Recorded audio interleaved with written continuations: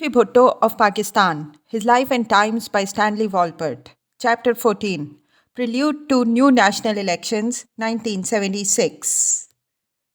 Prime Minister Bhutto placed a wreath at the marble mausoleum of Quaid-e-Azam Jinnah in Karachi on 1st January 1976, launching Jinnah's centenary anniversary, which would end during Christmas week with an international conference at Quaid-e-Azam University in Islamabad, eloquently inaugurated by Chancellor Bhutto. By thus identifying himself throughout the year with Jinnah's life and unique role in the creation of Pakistan, Zulfi Bhutto sought to merge his own identity with that of Pakistan's great Qaid, whose popular image had never been tarnished. Political opponents said it was just one more indication that Bhutto was ready to announce fresh elections early the following years, as he would, in fact, do. Asked that January by a foreign editor if Roti Kapda and Makan for everybody would remain his party's slogan for the coming elections, Zulfi replied, I do not change my commitments or convictions because of the fear that in the next elections they may not prove to be as effective as they were in the previous ones.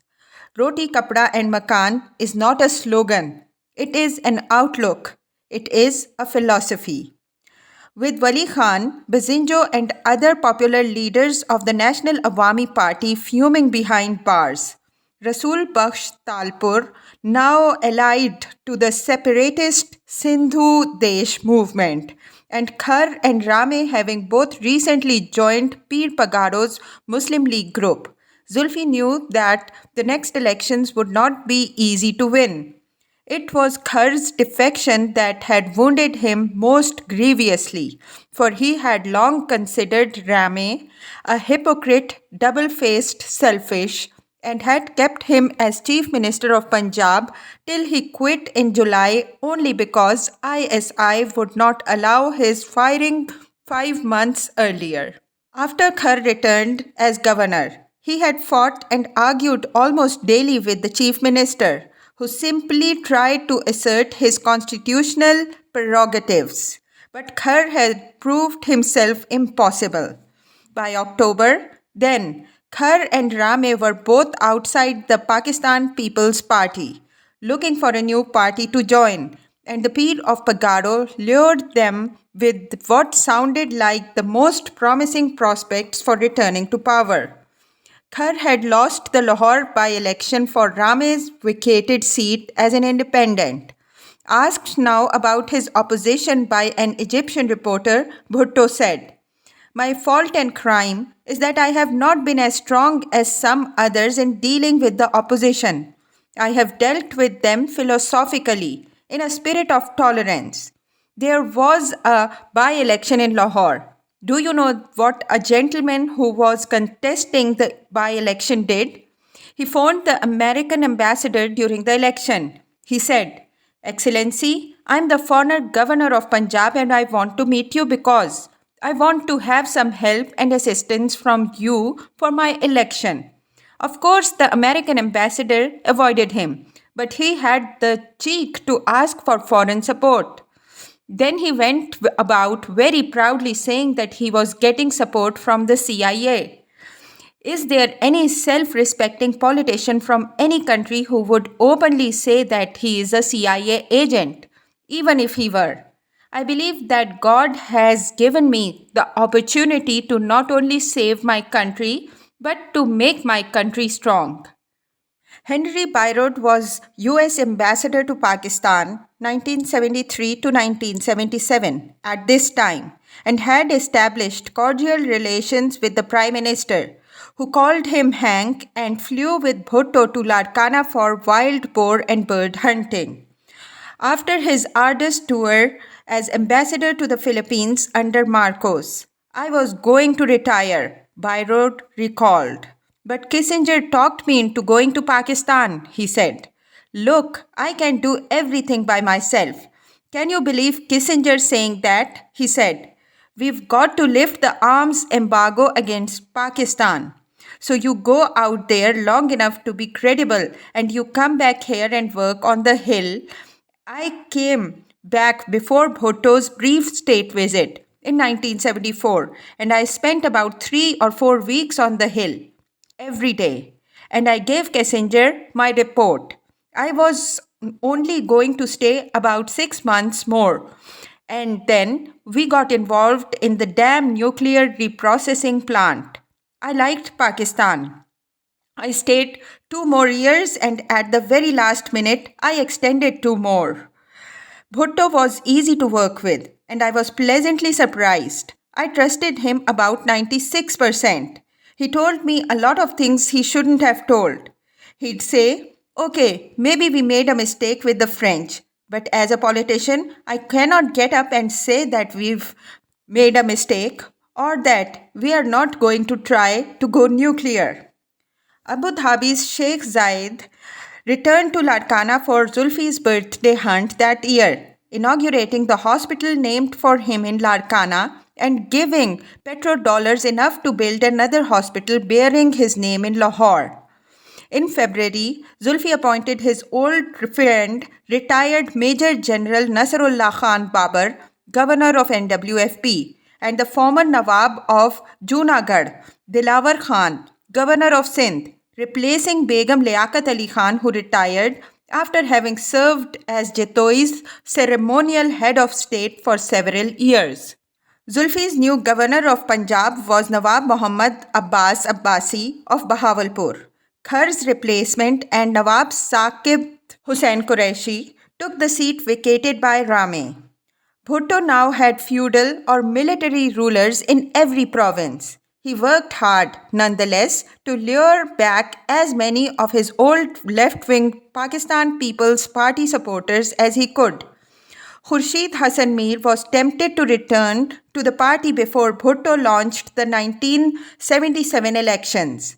Even Ahmad Raza Kasuri was brought back by the offer of a Punjab ticket that would assure him a new seat in the assembly, for that mercurial man could not long remain in the opposition ranks of the Tehreek-e-Istiqlal of former Air Marshal Asghar Khan.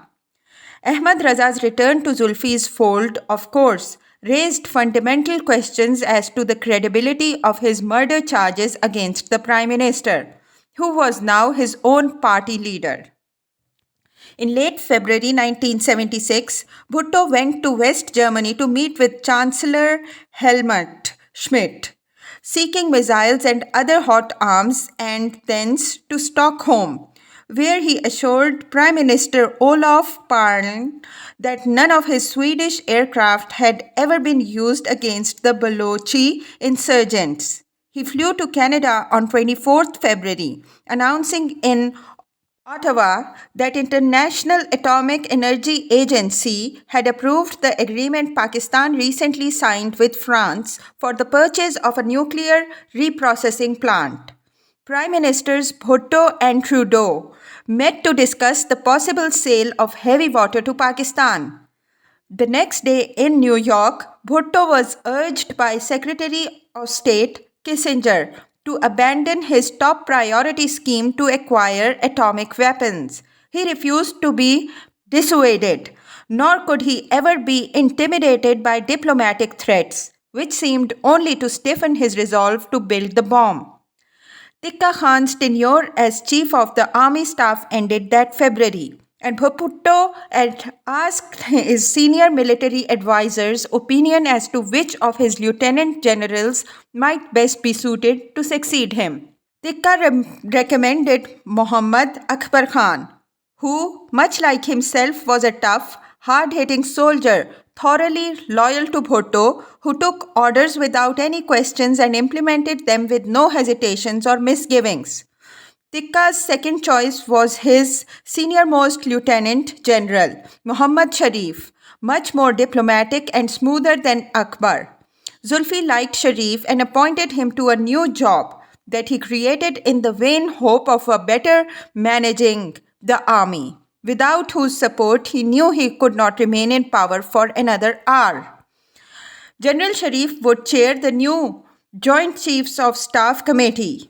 For the top army job, he reached past 6 senior lieutenant generals to pick the junior most officer of that rank, Muhammad Ziaul Haq, then 52, and destined to outlive his patron by almost a decade. The pen picture of General Zia sent to the Prime Minister by his private secretary was of a capable officer who owes a lot to General Gul Hassan. Ambitious, quiet and watchful, a clever and reasonably good professional, doubtful reliability. Tikka Khan had not even considered mentioning Zia as his possible successor because Zia had only recently been promoted from major to lieutenant general, and Tikka knew that jumping him over his seniors would oblige them all to retire, except for those like Sharif, lucky enough to be given new jobs that carried promotions. Zulfi's choice of Zia proved his most fatal error of personal judgment. Many of his earlier appointments seemed to betray an apparent lack of discernment in choosing people for positions of high public trust. Governor, chief minister, cabinet member, head of a federal security force or intelligence agency, and the like. But Chief of Army Staff was the one post that time and again had proved to be the solid brass springboard or to political as well as military power. The recent cases of Ayub Khan and Yahya Khan were instructive in that regard. So Zulfi surely knew how risky it was to pick anyone but an officer whom he could totally trust. Yet he hardly even knew Zia. General Chishti concluded that Zia was simply the best sycophant to win over Mr. Bhutto. Wajid Hassan, who headed the National Press Trust during Benazir Bhutto's prime ministership, was a youthful supporter of her father, suggests that Bhutto may have chosen Zia because he was so junior, and by elevating him over the heads of senior generals, he would lose popularity and army support if he ever decided to try anything. General Gul Hassan called Zia a dark horse. He knew Zia better than most of his contemporaries, for Zia served under me. Gul Hassan reminisced, adding, I had him promoted to brigadier and later to major general. Benazir had heard it rumored that Zia had links to the fundamentalist Jamaat-e-Islami, as she noted in her autobiography. He was also said to be a petty thief. I remember being startled when I saw him. Unlike the childish image I carried of a soldier as tall and rugged, the general standing in front of me was a short, nervous, ineffectual-looking man whose pomaded hair was parted in the middle. He looked like an English cartoon villain, then an inspiring military leader, and he seemed so obsequious. She later spoke of him as the devil. Zulfi soon appeared much more contemptuous of his choice to replace Tikka Khan.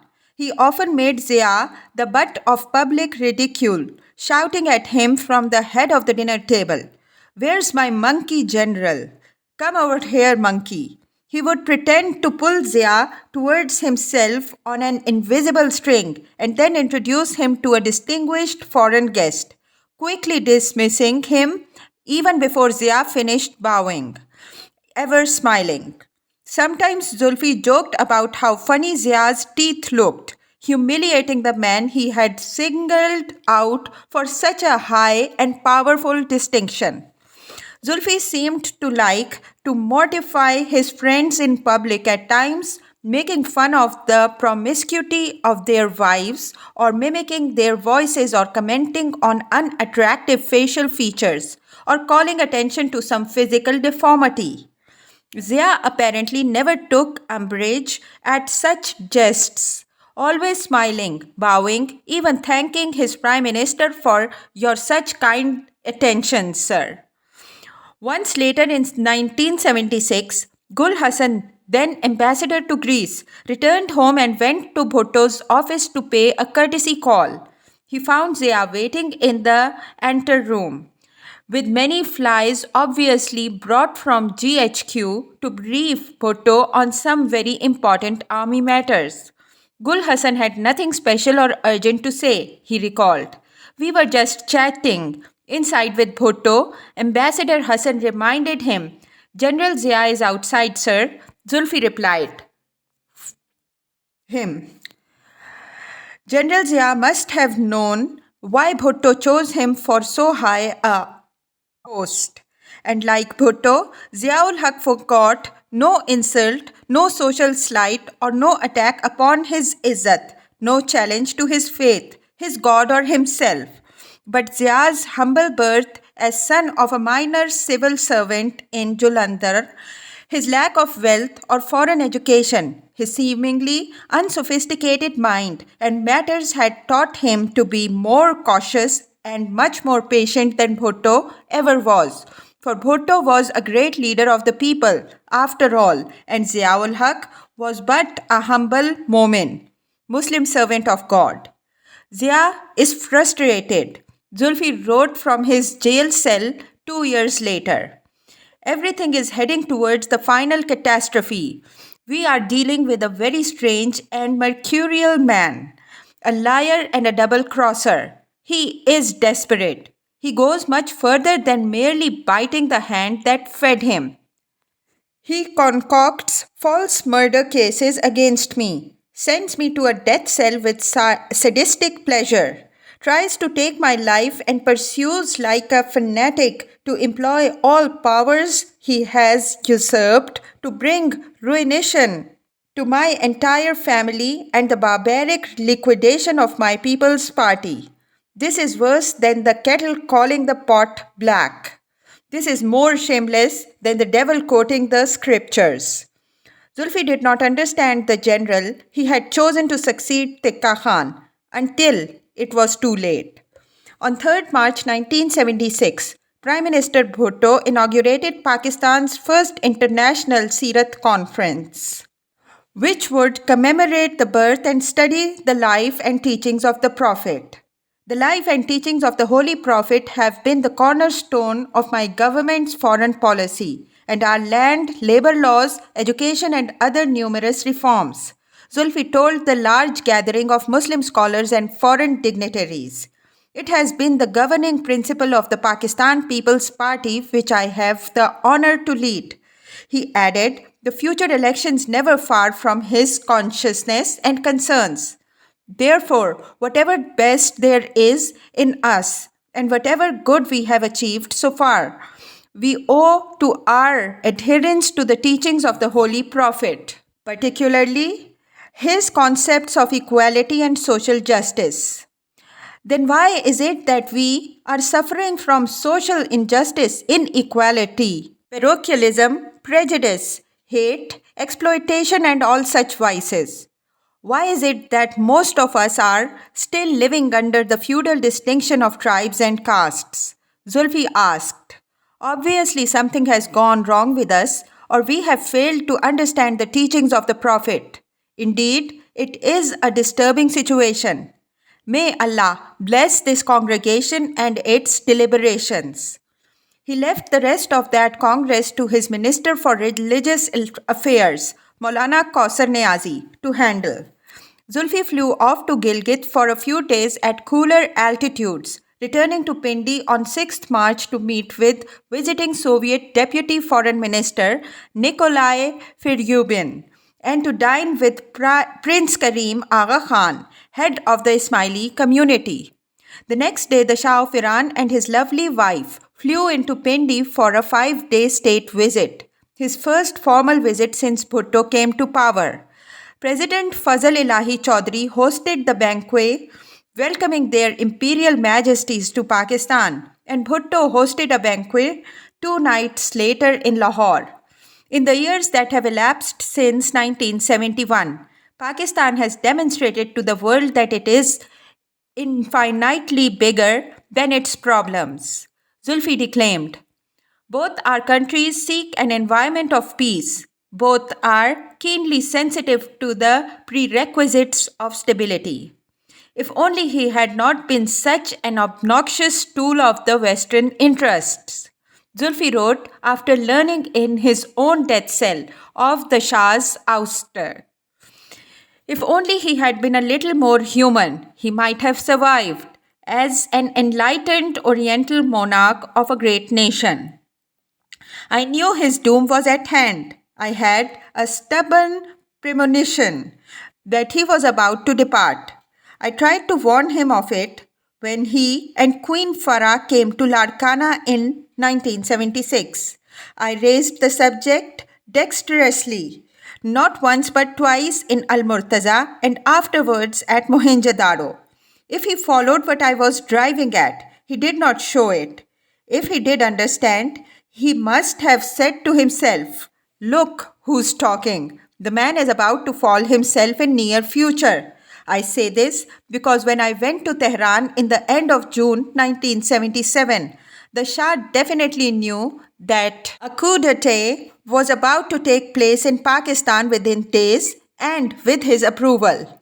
The Shah and Bhutto would meet the next month at Izmir with then Regional Cooperation for Development Conference host, President Fahri Koruturk.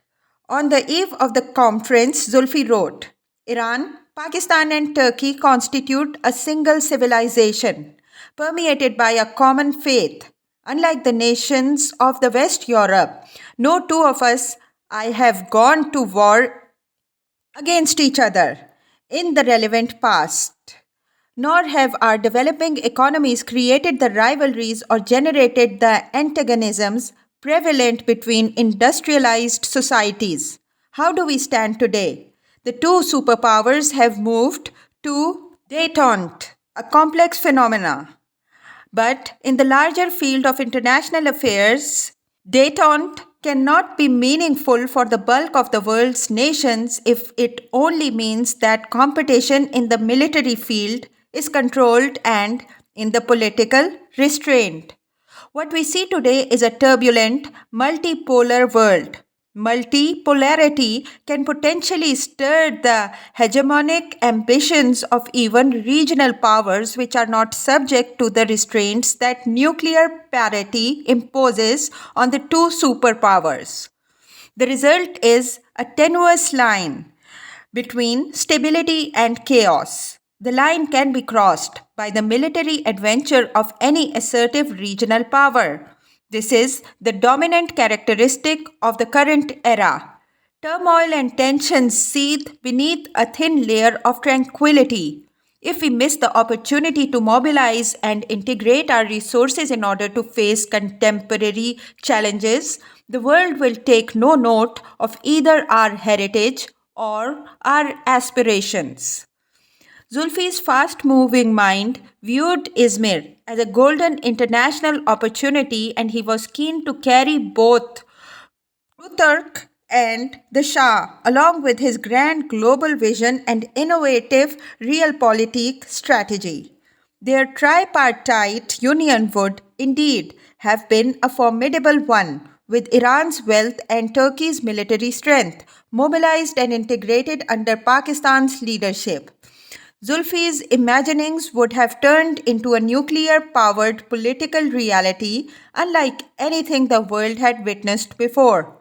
His problem was that neither the Shah nor Koruturk trusted him, nor was either of those almost equally megalomaniacal monarchs willing to lower his own ego a peg in order to follow the lead of his more brilliant neighbor. Zulfi was, of course, the most mentally keen of that otherwise unimaginative trio. He knew it naturally, and what doomed his dream from its first articulation was that they also knew it, trusting him no more than they ever trusted each other. Nonetheless, romantic rhetorician that he was, Zulfi tried his very best to move the unbudgeable, hoping to lift those wingless minds by his poetic flights of political fancy. Our three countries have a complementarity in resources and skills and a commonly held Weltanschauung, which would be the envy of many another region. If we therefore add a new dimension to the charter of the RCD in the realization that we cannot separate our destinies and that, in the last analysis, economic collaboration without political and security arrangements is chimerical, we need not fear the reaction. The systematic consolidation and formalization of our joint will to defend our civilization against all challenges, economic, political, ideological, or military, is something different from adventitious arrangements which are apt to create suspicions in others. It would reflect the vitality of our societies and be nourished by their energies and enthusiasms. My perception of this association is not oriented to military terms. It is focused on the psyche of the contemporary age. In the quest for ways to translate Platonic levels of relationships into Aristotelian norms, I am swayed by the belief that military preponderance by itself, without the psychological and political prerequisites, is incapable of attaining an equilibrium that will endure. In the modern age, no nation can be sufficient unto itself. The Muslim nations need one another even more. It is the vision of the larger unity that remains the anchor of my thoughts. Subconsciously, Zulfi may have realized as he penned those last words that his dream was foredoomed to sink like an anchor rather than take wing at Izmir. The tripartite summit that April merely recognized the need to continue and further expand all existing development programs designed to stimulate trade and economic growth among Turkey, Iran, and Pakistan. A few days after Zulfi returned from Izmir, US Ambassador Tyrone met him to discuss the growing US concerns over Pakistan's nuclear plans and military dreams. Before the end of April, a Pakistani National Defense College deputation flew to Beijing and a high-level Chinese deputation toured Pakistan, helping further to strengthen Sino-Pakistan relations on the eve of the Prime Minister Bhutto's May visit to China. On 26 May 1976, Bhutto was greeted in Beijing by Premier Hua Feng, with whom he met in several top-secret sessions. Chairman Mao was too sick to see him for more than a few minutes in his office. We know that China will continue to play a role to stabilize world peace and to combat hegemony and all forms of foreign domination, Bhutto told Hua in reporting on the recent meeting in Izmir, stressing how Pakistan, Iran, and Turkey all face the Soviet threat. He quoted from the will of Peter the Great, a copy of which he brought and gave to Hua, and explained how eager Russians had long been to reach the warm waters round Karachi. He also reminded Hua that in 1971 he had called the USSR's UN ambassador, Tsar Malik, before walking out of the Security Council. He informed the Chinese premier of his recent meetings with Kissinger in New York as well, and that Kissinger got upset when I told him how the United States and the cause of the world peace had suffered due to détente. I told Dr. Kissinger, and I repeated this in Izmir, that when a modus vivendi is reached between a stronger power and a weaker power, the initiative goes to the weaker power, the Soviet Union. While thus reaffirming how strongly anti-Soviet he was, Zulfi won China's support for constructing 8 military munitions and 5 civilian factories in Pakistan. He also hoped to undermine Chinese faith in US reliability. Americans have elections every 2 years and 4 years, and they feel that they must achieve things like Helsinki Accord. That is why they are bound to make errors of judgment in their haste and their impatience. And he confided that the situation in Bangladesh is unstable at the moment. but assured Hua that Pakistan would do everything in our power to help Bangladesh because they were a part of our country. As for relations between India and Pakistan, he frankly confessed in this mini summit that nothing had changed. The more India talks of peace, the more her actions are dangerous.